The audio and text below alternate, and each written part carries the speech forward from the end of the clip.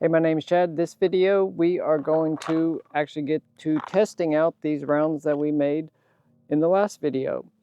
So I've got my match this coming Sunday, the 17th. So this is my last chance to test this and see if it's going to work the way that I hope it does. I've still got 45 unfired cases, and then I've got my ones that I resized. So as I was going through and seating the projectiles, I noticed that a couple of them had a slight variation in how far they seated down. So it seemed like some of them were right at where I wanted, but there's maybe a spread of 3 thousandths. You know, I don't know if I put too much lube in and it built up and just pushed the shoulders back a little further than I had initially thought I was doing, but I want to see if there's any difference between like the lowest ones and the highest ones, and then see if my impact points between the unfired brass and then the resized brass is going to be any different. So since I don't know the answers to these questions, we're going to get down on the rifle. I've got a target set up and we'll see what happens. Plus I need to get my speeds for this loading and make sure they're going to be consistent between the unfired and the resized brass. And that way I need that info for my Kestrel for the match. And I need to readjust my scope and get it zeroed to where these are going to hit. They're obviously going to hit a little bit differently than the match factory ammo that I've been using before. So let's give this a try, see how much luck we can have.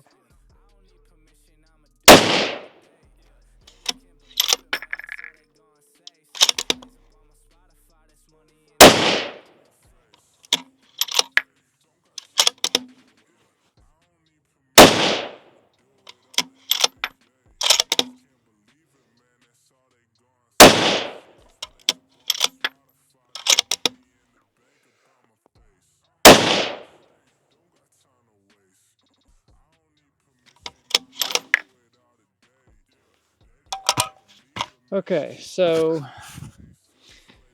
those were 5 rounds of the unfired brass, and I've got a standard deviation of 2.6 and an extreme spread of 6.0. So I know that stuff is pretty good. You know, I'm hitting a little bit up into the right or up into the left of my aiming point, but I'd say it's plenty consistent. So now let's try 5 of the resized brass, see what we can do there. Okay, so this was the unfired brass, or my first firings on it. You know, I'd say that's approximately 0.6, 0.65 of an inch. And then these 5 right here, that's that last one, and I felt myself twitch, but you know, I mean, they're both going about the same, you know, right, and hitting a little high, or hitting a little left and high of where I'm aiming right at the middle of the circle here. But I mean, that's just under a ½ inch, 0.45 or so. So I mean, even with the twitchy move, 0.45 is plenty good for PRS. I mean, I could almost double that and still be in good shape. So what I'm going to do is measure, you know, kind of average from the middle over and how far above the line of the center of the circle. Try to make my scope adjust, see if I can get closer to hitting right in the middle. Okay, so I think I got my scope adjusted. If I measured right and you know, adjusted the turrets properly, we should be pretty close, but we're gonna find out. I'm gonna load 5 from like the mix of where kind of all the variations are. I'll have 1 of my unfired cases. We'll go with like kind of 1 of the at about the 0 line, 1 at a -1, and then we'll go with 2 from the -2 pile, and kind of just pick and choose from within the box, get an assortment, and see, you know, if this holds a, you know, half-inch or so group with 5 shots. I'm not going to worry too much about it for a PRS match, you know, hitting steel targets out to, this match will have I think furthest will be 1,050. So should be able to make that with a half-inch group here at 100 yards.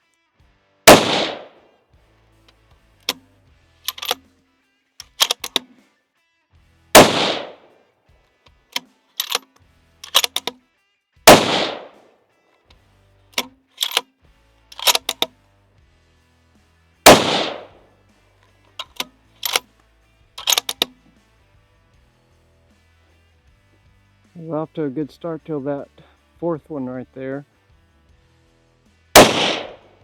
Okay, so this is my next results. So those first 4 were doing good, and then that last one, of course, but I mean, we're still, you know, well within under a half-inch there. And then over here, I got, you know, I raised my scope adjustment up just a little bit. So my windage is mostly good. I started getting twitchy. Like when I'm looking at it, I'm trying to get my dot right here, and I can just see the scope moving around. I try to take a big breath, and then I fog up the scope lens. It's very humid right now. We got a bunch of rain yesterday and Friday evening, and it's very moist in the air right now at sundown. But I mean, for what I need to do, I'm pretty sure this is plenty good enough, but we'll take a better look at it once we get home.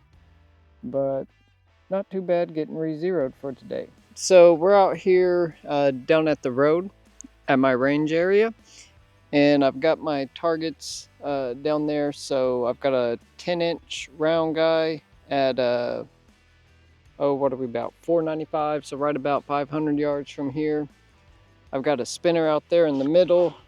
He's sitting about 345, and then down through the trees at about 745, I've got another target.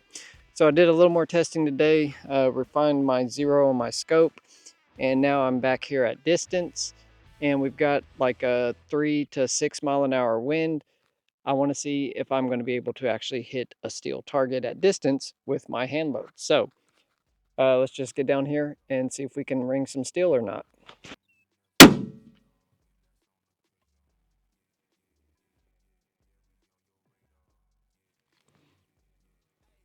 No call.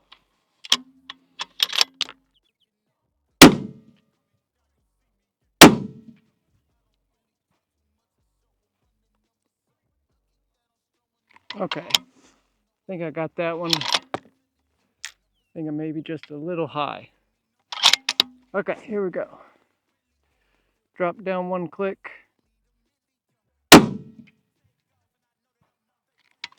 So I seem to be a little bit high there, but I was able to get them figured out there at the end.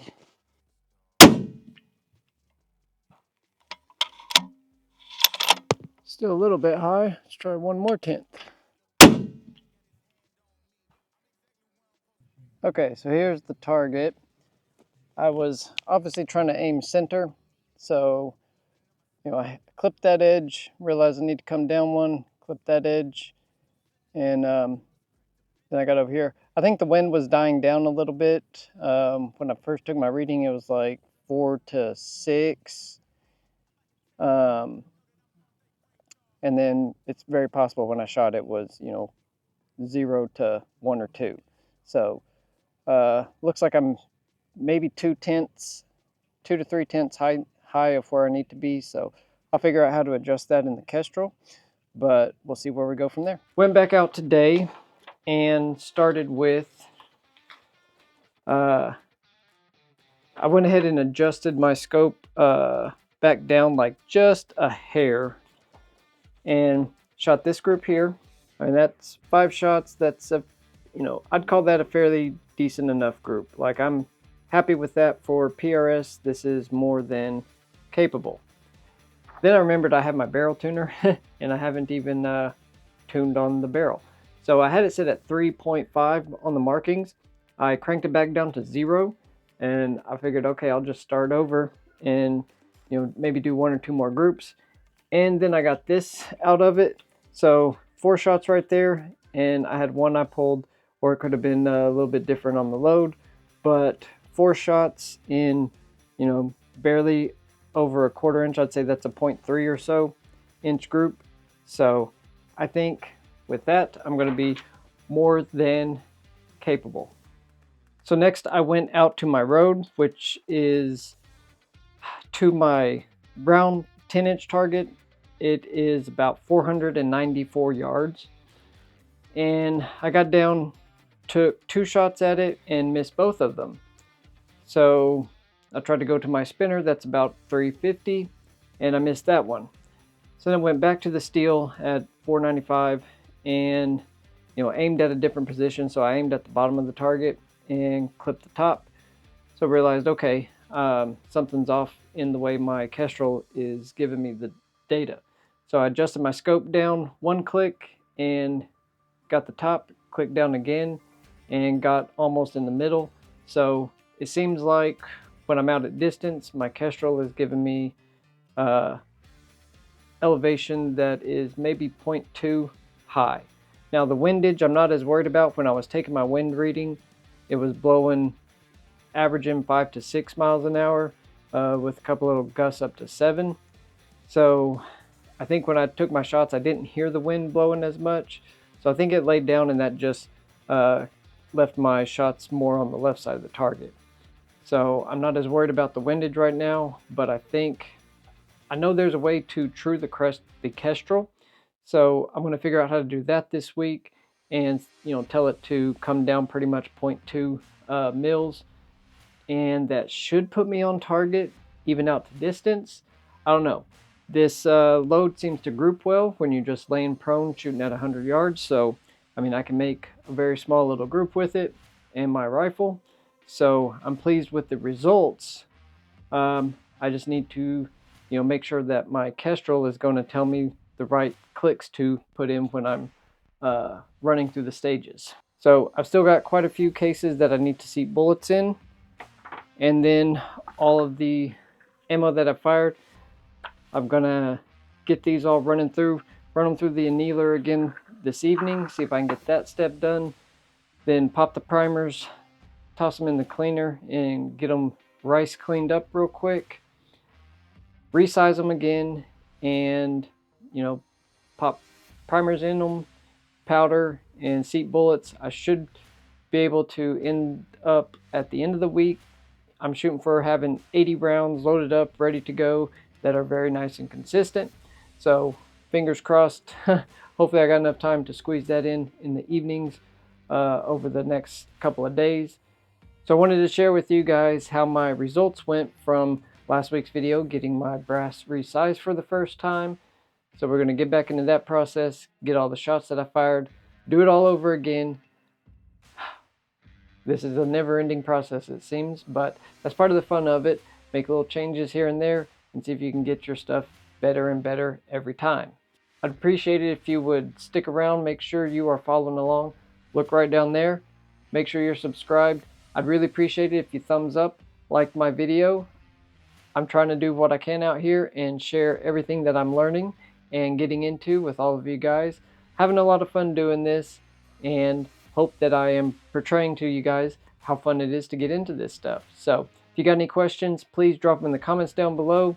Anything you see that I'm doing wrong, that you've got a better suggestion for, please let me know. I'm trying to learn as much as I can. Part of putting these videos out there is I'm hoping that good ideas get sent to me that I can implement in future reloads and work out on my range. Well, I think that's going to do it for this one. Pretty good results for my first time going all the way through the full process, sizing and fully reloading this ammo for my PRS rifle. Thanks for spending a little bit of time with me. Hope you have a great rest of your day and a wonderful weekend. And we'll see you on the next one. Bye.